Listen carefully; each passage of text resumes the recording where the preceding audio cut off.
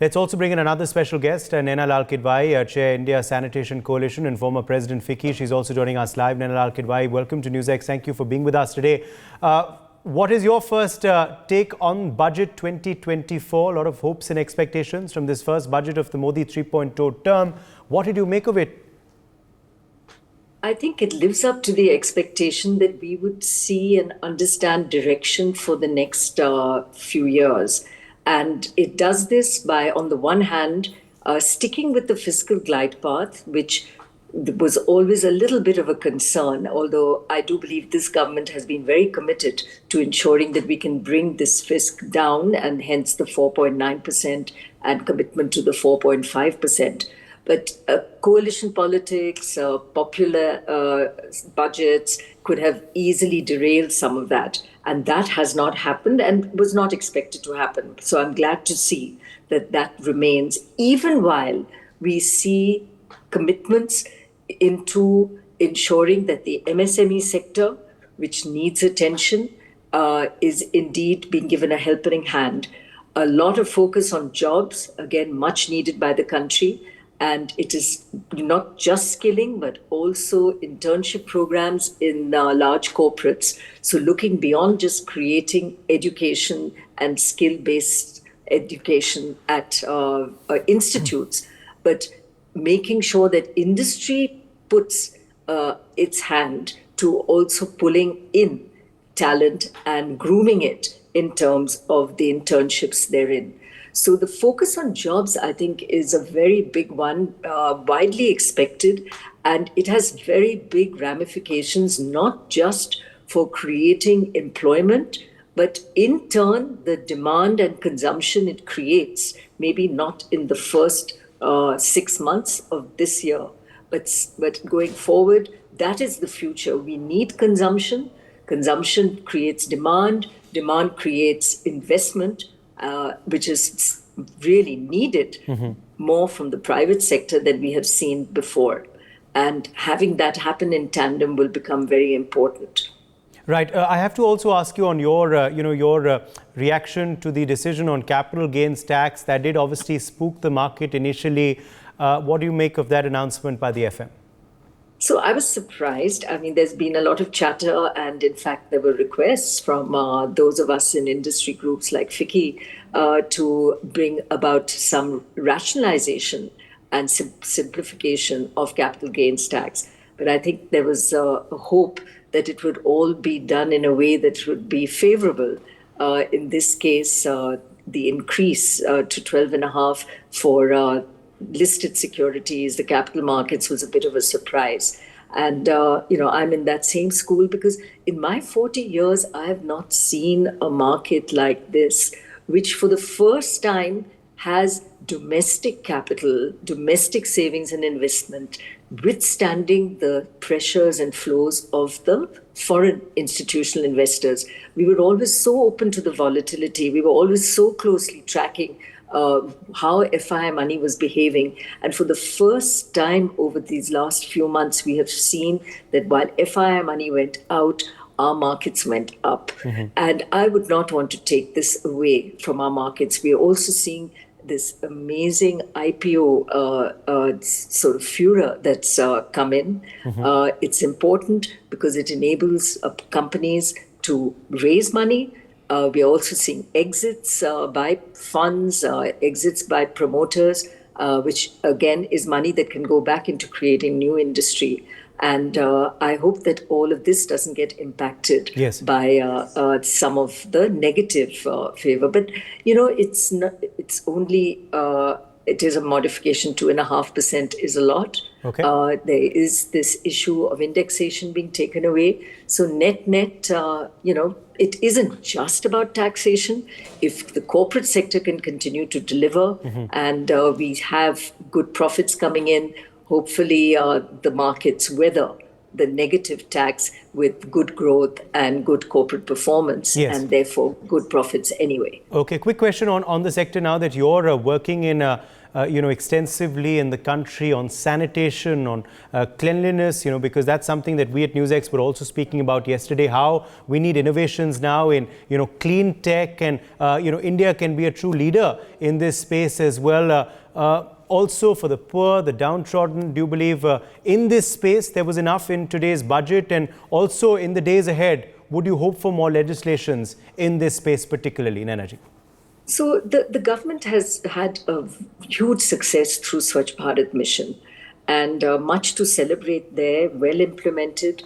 And we've clearly seen that whether at the rural level, I think more so at the rural level than urban, there has been good implementation of water and sanitation programs. And the good news is that focus continues. I've just had a quick look at the numbers, and Swachh Bharat Rural sees at least, a 3% increase. So it's not as if government is saying we've done what we have to, we're moving away. And urban, which is needed, is seeing a twofold increase. And in the past, we've also seen government allocate out of the Finance Commission over and above the budget for these sectors, which I hope would continue.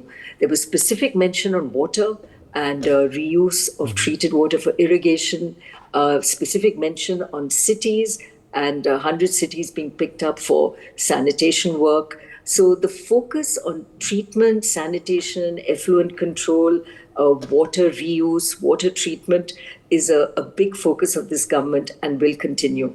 And the other side of it, on the climate side, Yes. there was also specific mention of states like Assam, which see the flooding and focus therein in terms of making sure that we can manage the climate adaptation and mitigation that is required from the way water can impact us and the way climate can impact us. Yes. So I think that focus continues. We shouldn't forget what the government's mentioned on urban, the specific mention on states for creating and redevelopment of cities. Okay. This is very much a state program and the way the center works with the state, but transit-oriented development, so that's looking at mobility at the state level, urban housing, with investment of 10 lakh crore rupees to be made with central assistance of 2.2 lakh crores. There's mention of provision of subsidies and interest rates also being looked at for this. So a lot to be done in terms of our cities, urban planning, and water and sanitation. Okay. And needless to say, all of this creates jobs. All of this needs innovation. Yeah. And the way the innovation fund of government gets used to helping in terms of startups in these spaces is something that I would be watching. Absolutely. We will be watching that very closely as well, what the innovations in this space are. And more importantly, as you're saying, the concentration on these areas will also lead to job creation as well. Also, of course, a big prodding to states now to also follow suit and take cues from what the budget has set out. Appreciate you joining us, Naina Kidwai, with your take on the budget 2024. Let me also quickly bring in now Hemant Jain, Senior Vice President, PhD, Chamber of Commerce and Industry, who's joining us live as well. Hemant Jain, welcome to NewsX. Your take on the budget 2024, has it met your expectations? Yes, I think it has met the expectation of the industry as a whole. I think the finance minister has tried to give everything, she's tried to at least take care of everyone in a way. It was a populist budget, but I think for us, what's more important is that consistency. As an industry, we see consistency, and we see a special focus on MSME, which was not there. That government is getting capital getting capital in the hands of MSME sector, which is a need of the hour. After COVID, the MSME sector didn't really recover fully. I think this capital which is being provided, the collateral securities which have been taken away, the kind of guarantees which corporate guarantees the government is giving to the MSME sector, I think is something very critical. Yes. As far as your sector is concerned and the sector that KLJ Group of Companies operates in, are you happy with what was there in the budget for your sector in particular, Mr. Jain? Yeah, we are in the chemicals and the petroleum sector. I think the sector, I think it has been the budget has been neutral on that. There hasn't been any incentives given as such for that.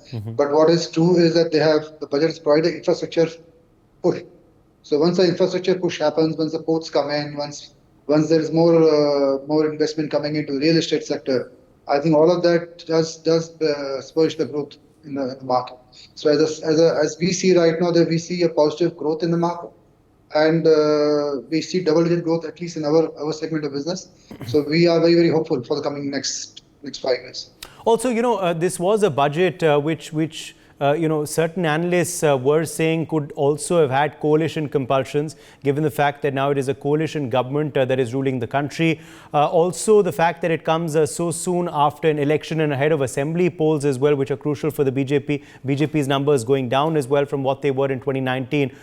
So it could have also been populist in that sense. Do you believe a balancing act, though, has been achieved between populism, coalition compulsions, and also what is fiscally prudent and essential for the growth of the country? I think I believe so, because we all know the numbers have come down for the government, but they've held the key ministries, as we all see. I think, and we see, like what I said earlier also, we thought that there will be some, with the coalition government, the continuity might not be there, but policies of government continue to be there. They are continuing with the Make in India policy. They're continuing to invest into infrastructure. They're continuing with their fiscal policies, which they had in the previous government, and with more impetus on social development. They're touching each and every people's life: farmers, ladies, youth. So I think in a whole, if the whole economy has to grow, then they have to touch everyone's life, in which I think this budget is being big. Yes. Do you believe there was enough for the MSME sector in particular, given the fact that this does create a lot of jobs and there is an emphasis on job creation by the government? I think it does. It does. Like I said earlier, I think for us, for the MSME sector right now, capital was the main factor which was hindering the growth. With this new policies which the government is bringing, I think capital will be available to the MSME sector, and I'm sure the MSME sector will be getting into the driving force, and they are the bigger employers in India today. The capital gains tax decision also, though, has got a lot of reactions from all quarters today. What's your take on that? It did lead to the market dipping quite a bit earlier in the day. I think like what Mr. Nirandar said, I think they're not really. I think the medium level playing field. Earlier, the capital markets was given. There are different asset classes. The real estate is one, capital markets one, debt is another. So right now, what the government has done is try to rationalize it in a way. But yes, the market would react, because the stock market is very it watches the long-term capital index in a very negative way. But I think the market rebounded soon. So I think people understand the growth stories here, and the positivity in the economy is there. All right, let's leave it at that. Appreciate you joining us with your perspective, Hemant Jain, on the budget 2024. I'll also quickly bring in another guest now. Dr. Ranjit Mehta is live with us, Executive Director, PHDCCI. Dr. Mehta, welcome to NewsX. Your overall analysis of budget 2024. What's your take on the takeaways of what you heard from the Finance Minister today?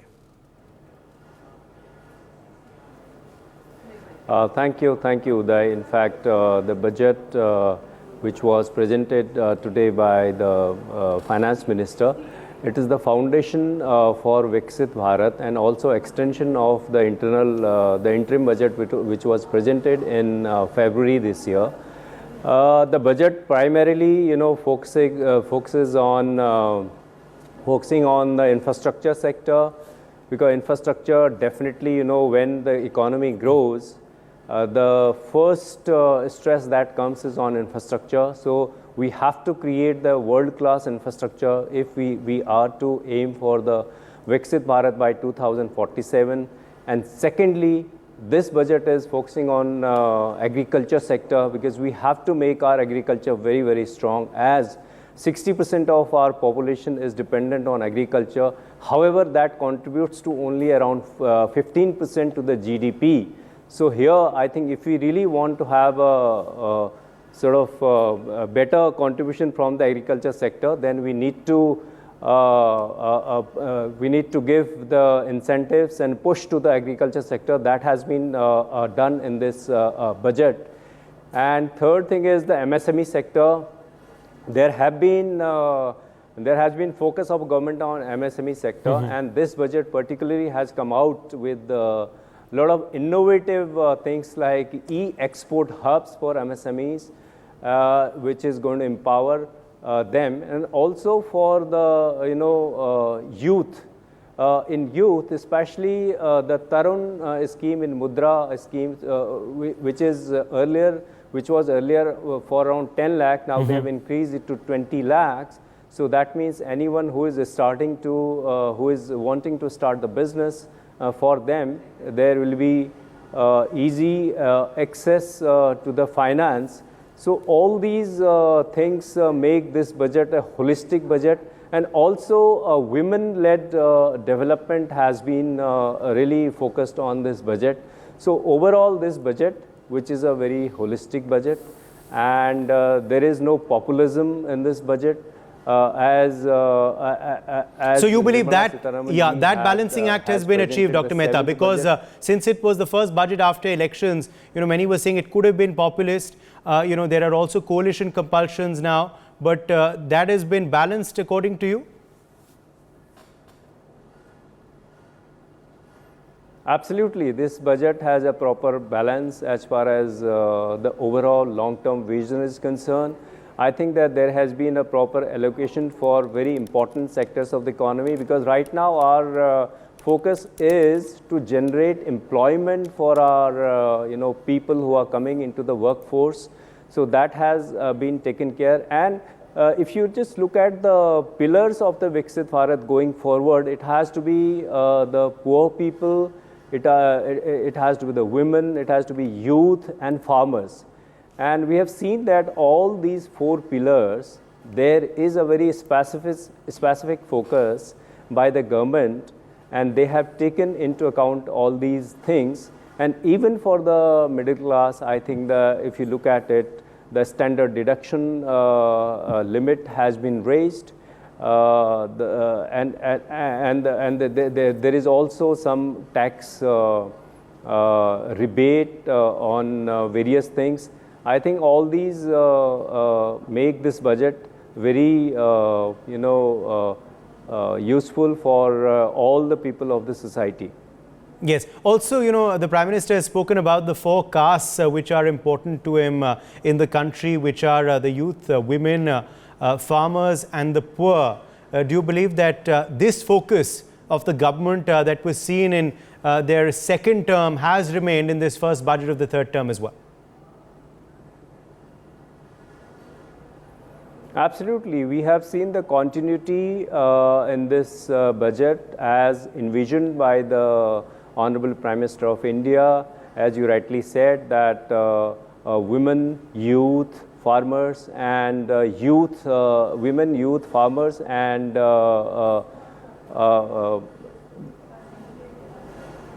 poor people, they have been in focus, and this all has been really taken care of in this budget.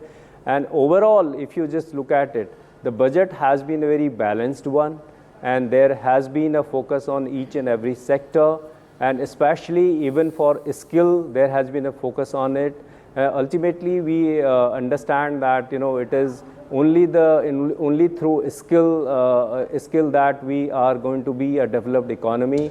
I think that every part has been taken care in this budget by the Finance Minister. Okay, final question to you before we let you go, Dr. Mehta, on job creation as well. Are you confident that this budget will lead to more jobs created, more employment opportunities for our country's youth? See, jobs are definitely, we have seen that, lots of jobs are created by MSME sector. There has been a focus in MSME sector. Also, agriculture sector is one sector where most of the population is dependent.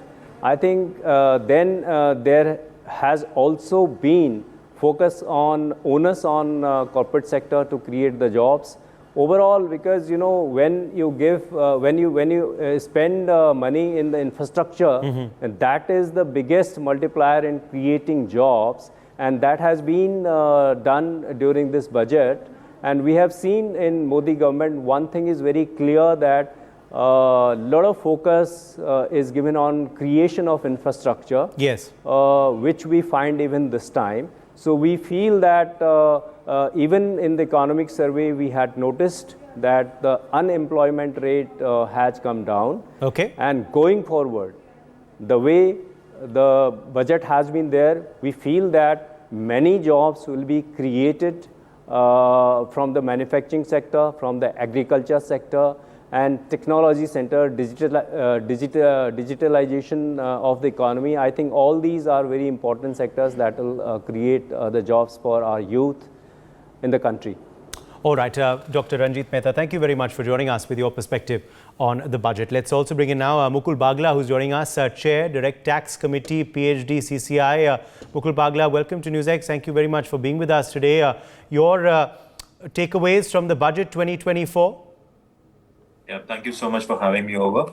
I think it's been a very big, a lot of big announcements in the budget as far as the direct tax matters are concerned. The Honorable Finance Minister has mentioned that there'll be new Income Tax Act, which will be rewritten. The old 1962 Act will be rewritten, and there'll be a more simplified, more less litigation-proof Act, which will be soon introduced. And she has promised a period of 6 months for the same, which of course looks a little ambitious, but that is what she's promised. So in the past also, we have had, the government has made various attempts at the direct tax code and other simplified income tax acts, but till now they have not been very successful. But let's see, let's hope. I think the finance minister is very confident, and we might have a very new income tax act free from a lot of loopholes and free from a lot of disputes and litigation. Yes. Also, Mukul Bagla, now I have to ask you on, of course, the capital gains tax announcement today. What do you make of the rationale behind that decision? So I think this was something which has been discussed over probably the last 3 or 4 budgets. I think every time the market has been, the stock market, has been expecting some increase in the capital gains tax rate. This is totally because of the fact that the government, or the industry rather, wants to provide a level playing field of taxation, whereas when the interest on FDR is being taxed at the rate of 30%, then the claim of the industry is then why a beneficial treatment for the investment in stocks.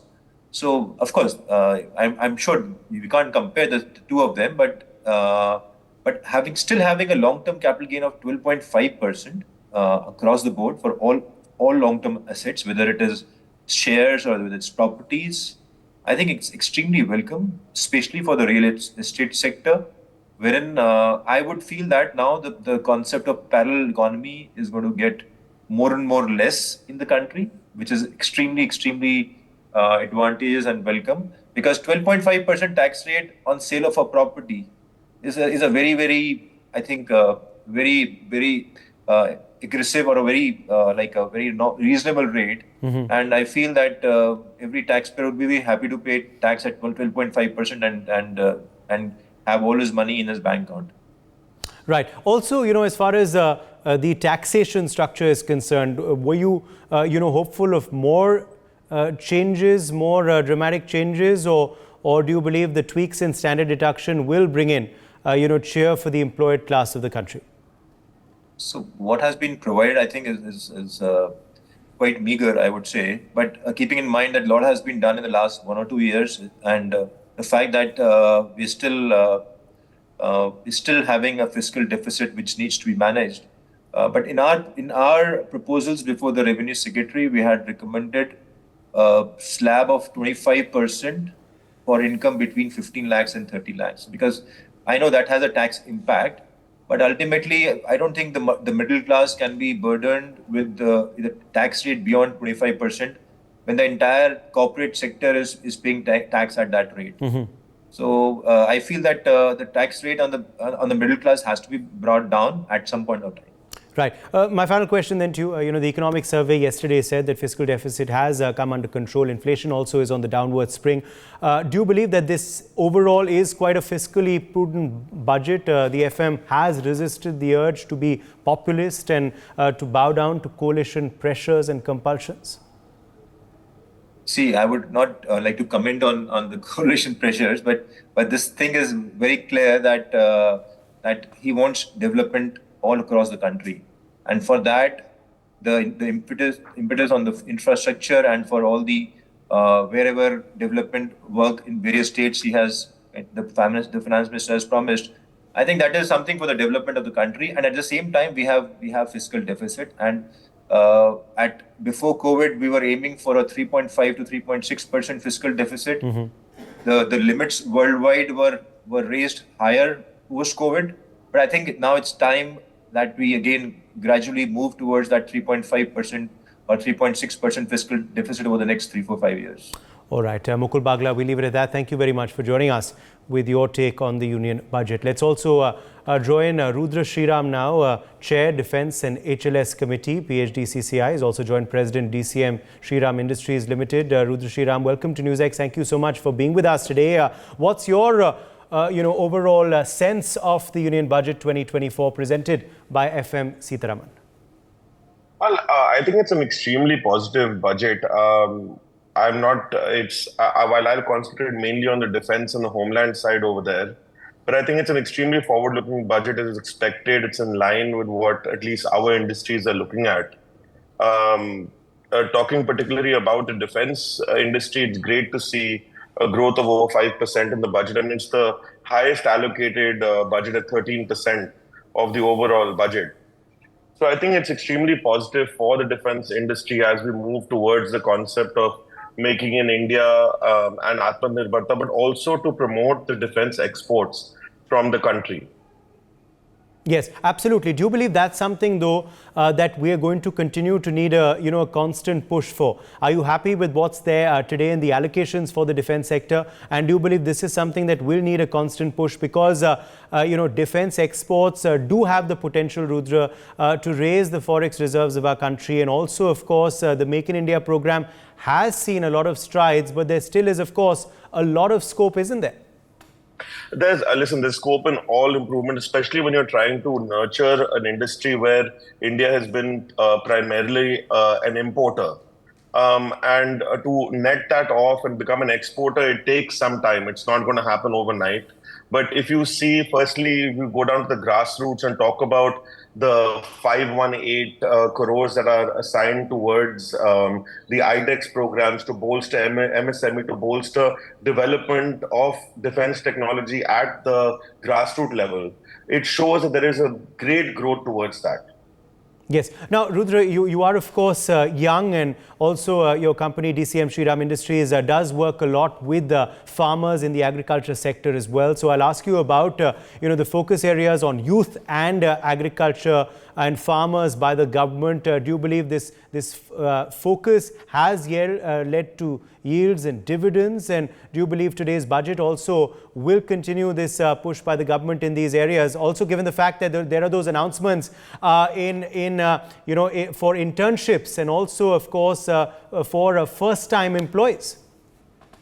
See, it's a great move towards first-time employment. It's something that we push in our catchment areas where our sugar mills operate, and also in the other agri-rural areas. I think what we push for is first-time. A lot of our employees are, second generation, third generation. So grassroots level employment at the regional level is something that will be highly looked after by the industry and encouraged by the industry as well. And, at the same time, that same, when they step up to become engineers and professionals, they add on to even the defense and the homeland security industry as well.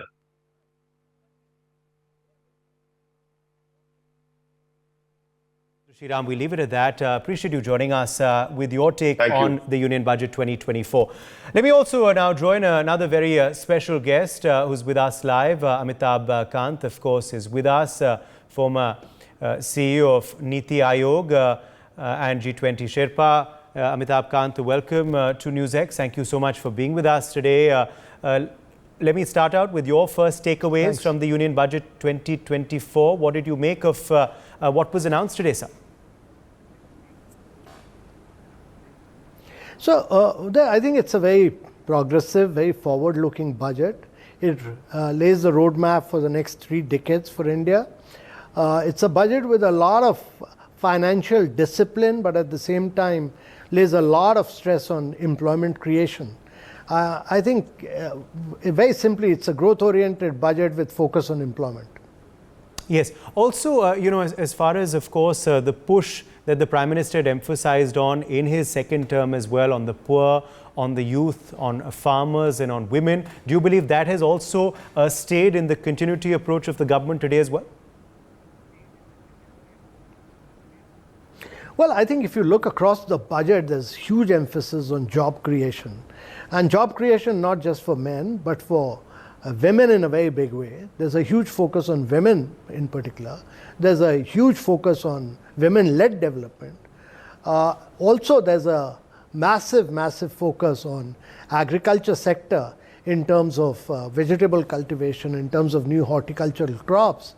And, so overall in totality, if you look at it, the 4 key pillars of this budget have been addressed in a very big way in this budget. Yes. Mr. Kant, also now, we have seen, of course, even in the budget that was announced in February this year, Ms. Sitharaman had resisted the urge to be populist. And even today, do you believe this has been a fine balancing act budget with, the need to be fiscally prudent, to continue to maintain our fiscal deficit where it is and perhaps bring it even lower, and also the coalition pressures, which analysts say could have also weighed in on today's budget? So it's a budget with a huge amount of fiscal discipline, because she's brought down the fiscal deficit from 5.1 to 4.9%. She says she'll bring it down to 4.5% by next year, and then have a gliding path to bring it down further lower, depending on the GDP. So it shows a lot of discipline, because she's kept the expenditure on infrastructure very high at 11 lakh crore. At 3.4% of GDP. She's brought these huge packages for a number of states, and she's laid emphasis on industrial parks, etc. But the fiscal discipline, the macroeconomic stability is all spelt out in the budget. So it's a budget which has the big picture of fiscal discipline, keeping inflation under check, which is very important in a large economy like ours, because inflation then starts impacting common people. She's managed that beautifully and yet focused on growth with jobs. Okay. What about the middle class, sir? Do you believe they should be happy with today's budget? There have, of course, been tweaks in standard deduction, which will be cheer for the employed class of the country, but no holistic changes just yet to the taxation structure. So Uday, we should look at the budget from the perspective of its overall growth. If economy grows, if India grows, the middle class will grow. Now the middle class will grow in many ways in this budget, with better infrastructure creation, 3.4% capex of the GDP on infrastructure was all beneficial to the middle class. The angel tax being done away for startups will benefit the middle class. All this is beneficiary to the middle class. The tax deduction, 17,500 rupees, is all beneficial to the middle class.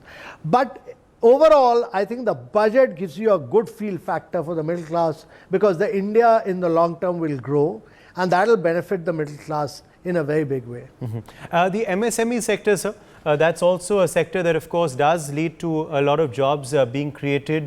Will they be happy also with the budget today? I think there's a lot of stress on MSMEs, but particularly one particular scheme of this credit guarantee for MSMEs that they can, that was tried out during the COVID period, and it yielded very good results. Many MSMEs could flourish, survive the COVID period because of the credit guarantee scheme. That credit guarantee scheme has now been extended for their machinery, etc. and they can avail up to 100 crores of credit guarantee with government creating a credit guarantee fund for the MSME. So that's a very big step forward for the MSME sector. Absolutely. And of course, you mentioned the decision on angel tax earlier as well. I have to ask you, though, one question on the capital gains tax announcement by the FM. That's, an announcement that has led to a lot of chatter today. Also, the market did fall a bit earlier in the day. What do you make of that decision? What was the rationale behind that, according to you? So there are two aspects to that. One is that they've tried to bring all asset class at the same level of tax at 12.5%. Long-term tax has been kept at 12.5%, which used to be 10%, has been taken to 12.5%. And the other bit is that, for real estate sector, indexation has been removed. Now, indexation meant that earlier the tax was 20%, and without indexation has been brought down to 12.5%. So long-term equity and real estate all are being treated at the same level at 12.5%. This brings in predictability and consistency. This brings in stability, and I think the capital markets will soon realize that it's good for the people of India. It's good that there's predictability, consistency, and stability across asset class, so that you can have your pick of buying real estate or equity, but all of them will have the same level of tax. And that, to my mind, is good. Absolutely. Okay, final question to you.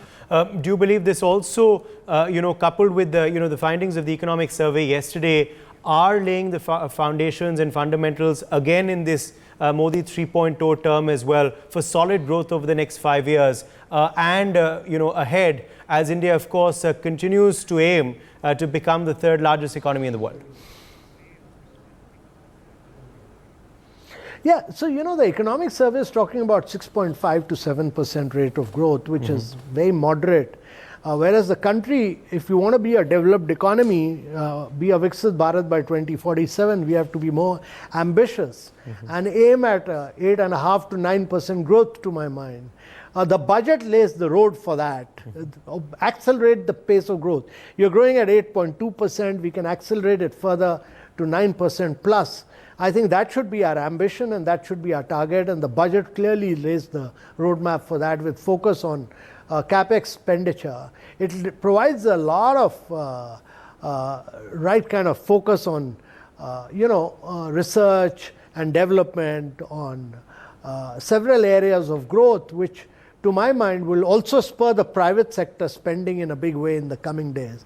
I'm seeing green shoots of the private capex starting, and over a period of time the private sector will take over the government spending on capital expenditure. And that's been a buzzword, capex, Mr. Kant, if I can address that with you, of the government, even in the last budgets in the Modi 2.0 term, even when of course you were in the Niti Aayog, the focus on capital expenditure, do you believe, has led to the kind of dividends that the government wanted over the last few years, and that's why the focus and the increase continues? Yeah, of course. What the government has done is spectacular in terms of capex spend from 1% to 3.4%.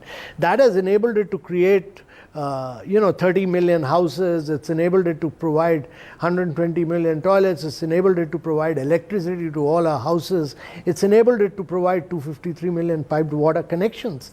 So all this is a function of the government's ability to do capex. And that during the COVID and the post-COVID period, if the government had took the lead and did that, was very, very commendable. And now as we move on from 3.4 lakh crores, from 11 lakh crores, with 3.4% of capex spend, the great thing will be that slowly the private sector will take over this capex spending, to my mind, and that will be a smooth transition. All right, Amitabh Kant, appreciate you joining us with your perspective and take on the budget 2024. Let me also quickly now join another special guest joining us. Pallavi Dinodia is live with us, co-chair, Direct Taxes Committee, PHDCCI. She's also partner at SR Dinodia & Co. LLP. Pallavi, let me quickly bring you in here on your initial take on the budget 2024. What did you make of the announcements that we heard earlier this morning? So I think that the Honorable Finance Minister, when she laid out those 9 core areas of focus, I think that was a very good laying the roadmap for Viksit Bharat at 2047. I think at 100 years of independence for a developed nation, those 9 areas, and especially the last 2, in my view, which is innovation and next-gen reforms, these truly show the forward-looking nature of the current government. While everybody's spoken about obviously capital expenditure, infrastructure, skilling, employment, agriculture, those things I think we expected. But things like, the true bhagidari between the state and the center for urban development, planning, energy security, innovation, and next-gen reforms. I think for me, these, as a woman, as a young Indian, I think these are the new things to look out for. And, at 100 years of independence, hopefully I'll be looking back and saying that this was what laid that roadmap for that future. Yes. Okay, Pallavi Dinodia, now let's talk about the capital gains tax announcement. What did you make of the decision? It did spook Dalal Street for a while earlier today. But overall, do you believe it is a foresighted decision, looking ahead? Absolutely. So I think 2 things. The capital gain regime in India is a fairly complex one, with various asset classes having different rates of taxes, different holding periods. For short term and long term, there are certain asset classes at 12 months, some at 24 and some at 36. So not only have the rates been changed, but rationalization across holding periods has been done, where now you have just 2 holding periods of 12 months and 24 months. So I think that was a welcome thing to be done to simplify the tax regime. And then having 2 standard rates of 12.5% and 20% also puts in perspective of, taking away from that uncertainty. So I think the ease or the simplification of capital gains tax was a long time coming. Yes. Also, as far as the tweaks are concerned in standard deduction, do you believe they will bring enough cheer for the employed class of the country, or would they wanted further changes in taxation structure? So I think it would bring some cheer. So there are 2 things. There's not only the standard deduction, which has increased from 50,000 to 75,000, but also the slabs. Under the new regime, which is our default regime, the slabs have been widened, which therefore will allow the lower, if you've seen the stats, most of India is in the 5.5 to about 10 lakh bracket, where 81% of our taxpayers filing their incomes in that tax bracket, or individual taxpayers in that bracket.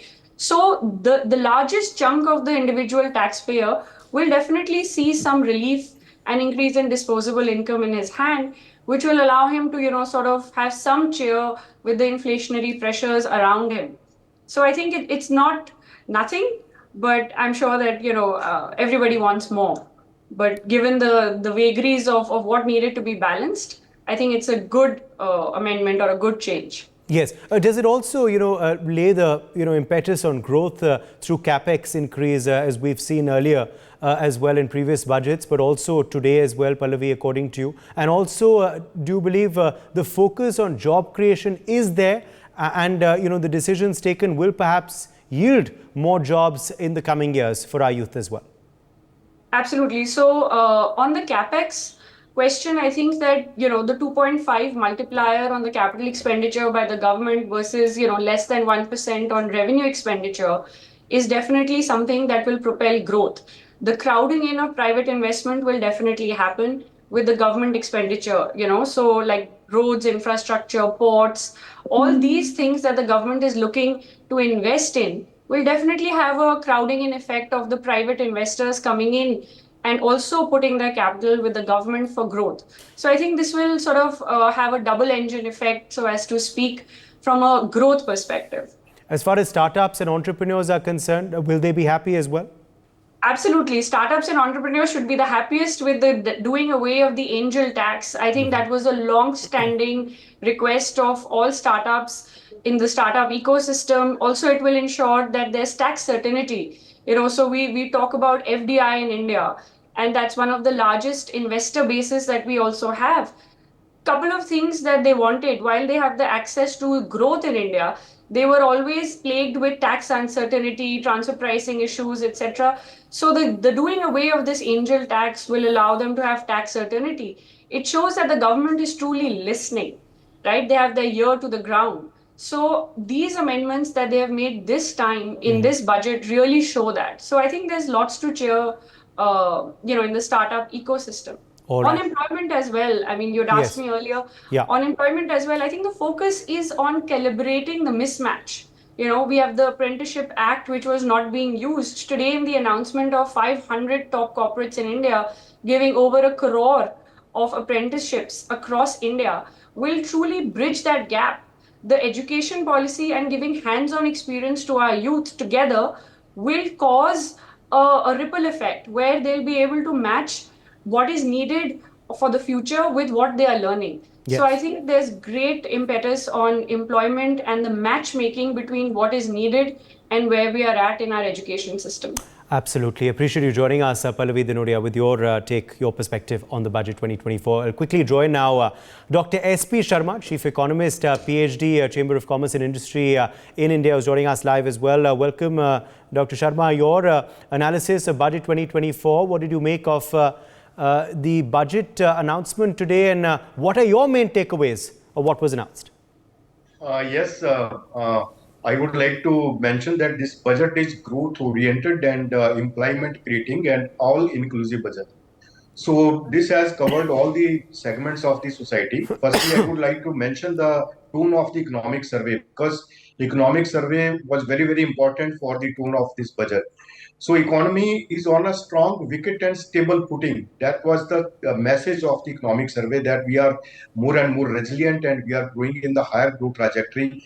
The growth rate of the last 3 years is more than 8% on an average. We grew by 9.7% immediately after the coronavirus, and then 7.2%, and then again 8.2%. So the average is 8%. So growth is becoming more and more robust and resilient in the post-COVID years. And the second message is that we have recovered from the effects of pandemic effect of the COVID coronavirus. So we have fully recovered, and now we are in the fast-moving growth trajectory. We are the fast-moving economy among the major economies, even in the G20, all economies, whether the large economies or the emerging economies, we are the fast-moving economy in the G20 grouping.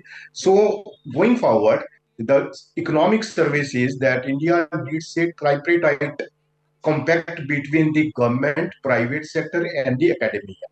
So that will provide a great trajectory to the growing young population to create the employment opportunities and skilling them. So that is a great message by the economic survey, that we need a great connect between the government, private sector, and the academia. That will provide the training to the growing young population in the factories, because sometimes the universities are working in the isolation and the people are not able to get the adequate jobs in the industry. And though there is a skill deficit in the industry, but side by side we are talking about there is great unemployment also. But this disconnect between the university and the industry will provide a great momentum to the growing young population to move forward and to become more and more employment oriented. So today's budget, I would say, this has considered all the announcements of interim budget, because the focus of the interim budget was on four things: Gyan, Garib, Yuva, Nari Shakti, and Annadata. So Yes. today's budget is also focusing on the same four things, but they have added four new things. First is the middle class, and second is the MSMEs, and third is the skilling, and fourth is the employment. So all these four pillars are also very, very important to move forward and to make. And these new pillars, yes, these new pillars, as you're saying, there has, of course, been continuity on those four sectors. Those are the four castes that the Prime Minister spoke about, matter to him, as you told us: the women, the poor, the farmers, and the young. But also through the MSME, startups, the skilling, the focus clearly on job creation, on employment generation, isn't it, Dr. Sharma? Yes. The major focus is to create the employment opportunities for the young population, because the employment will come from the grassroots. Employment will not be created overnight. I think there is a great support to create employment opportunities from the rural segments, because firstly we have to focus more and more on the agriculture and rural development. That will create the employment opportunities. Why? Because when your agriculture sector grows, when your rural sector grows, that creates the aggregate demand in the economy, and factories are able to expand their capacities and are able to deploy more and more workforce in their respective premises. So if the demand is not there, the economy is not able to create employment opportunities, because the growth is majorly supported by the services sector. The services sector contribution is at around 54 or 55%. So in this scenario, the economy will not be able to create much employment for the growing young population. And to become a Viksit Bharat by 2047, we have to focus more and more on the agriculture sector, where there 50% of the 45% of the population is still dependent on the agriculture sector. So that sector will create the demand trajectory, and that will provide a great support to the factories, to the manufacturing sector, to expand more and to deploy them in their respective premises with the increase in the demand trajectory. So we have to start from the grassroots. Firstly, we have to increase the income level of the rural segments and the agriculture sector, so that they are able to buy more goods and services from the market, and the expansion in manufacturing and the services sector is remains intact. Yes, the opposition, though, is criticizing the budget by saying that the focus is just on, infrastructure increase in Bihar and Andhra Pradesh because these two states are allies of the BJP. Is that a fair criticism by the opposition, Dr. Sharma? Yes, that was expected before, because the government is supported by these two segments. So that was expected that there will be some major focus on these two states, and that has really happened. And I think this is not a negative for the economy. This will provide the great momentum to those states, and at end of the day, both these states are part of India, and India's growth story will become more intact and strong in the coming times with the announcement of such big ticket reforms for these two states. Dr. Sharma, now if we talk about the announcements on taxation, if we talk about the angel tax, of course, being scrapped, but long-term capital gain increase, of course, capital gains tax, to also, of course, Dr. Sharma, the tweaks in standard dividends and minor tinkering of the tax slabs. What explains the rationales behind those taxation decisions taken by the government? Yes, those was awaited actually. Rationalization of direct taxes is needed at this juncture to move forward and to make economy more and more robust, because the disposable income of the people has to be increased. Because of the higher inflation trajectory, now the people are impacted by the inflation, and they are not that much robust in the disposable income. So if you rationalize your direct taxes, then the disposable income of the people increase. Okay. But these baby steps are still looking good for the economy. But there must be a great big ticket reform in the direct taxes, because we are imposing the peak tax rate on the middle income. That is the 15 lakh. We are imposing the 30% tax on the middle income. That has to be changed, and there must not be a peak tax on the income less than 30 lakhs, I would say. All right. Because in the advanced economies, the multiple of the basic trajectory of the taxation to the peak tax rates is at least 10% or 15%, somewhere between 10 to 15%. But we are imposing the peak tax rates at 6 times only, from 2.5 lakh to 15 lakh. So this peak tax is imposed on the middle income. So going forward, we are expecting that there will be a great big ticket reform in the direct taxes, and the government will be able to provide a great support to the middle incomes and the middle class, so that the employment is created and the demand is created firstly, then the factory expansions and expansions in the business trajectory are taking place. Dr. S.V. Sharma, appreciate you joining us with your perspective on the budget 2024. Our coverage will, of course, continue. For more such videos, subscribe to the NewsX YouTube channel, hit the bell icon.